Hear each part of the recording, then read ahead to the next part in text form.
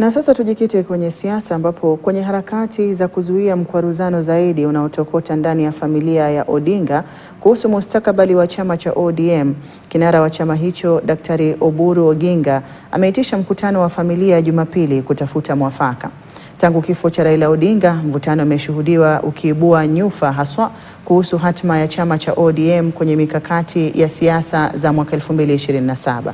Haya yanajiri siku chache tu baada ya Rais William Ruto kumteua mjane wa Raila Odinga, Aida Odinga, kuwa mwakilishi wa Kenya katika shirika la UNEP.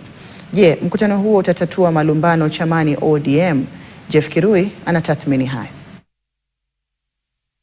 Raila Amolo Odinga alipokata pumzi mwezi Oktoba mwaka uliopita, ilikuwa chanzo cha dhoruba ya mawimbi sio tu kwa chama chake cha ODM bali pia kwa familia yake ambako alikuwa kama gundi iliyowanata pamoja. Kifo chake kilifungua ukurasa wa mvutano nje na ndani ya chama, familia yake ikionekana kuvurugana na kuwa na pande mbili.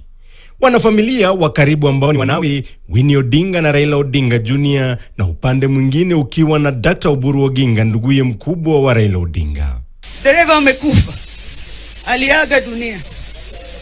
Kidogo kidogo wale walikuwa na keti mbele wamekimbia kwenye steering wheel, kila mtu anavuruta pande hii, mtu mwingine pande hii, pande hii, pande hii. Wametusukuma sisi kama abiria, wametusukuma kama magunia. Tuko nyuma.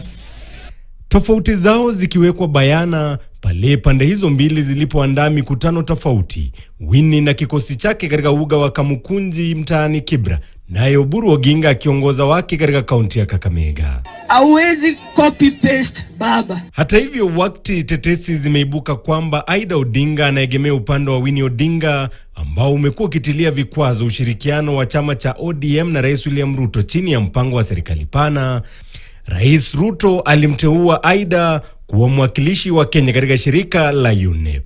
Uteuzi ambao umefasiriwa kuwa na msukumo kisiri wa kisiasa.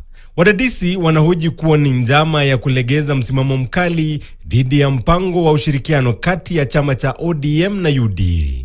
William Ruto acted as cunning and as witty in quotes as he would get by dropping this bait. This appointment is insignificant if you ask me, because an ambassador in UNEP answers to a PS in foreign affairs in the establishment of this government. Je, mkutano wa Jumapili wa Dr. Oburu Oginga utapunguza joto la kisiasa na kuarifu mustakabali wa chama hicho kwenye uchaguzi mkuu ujao?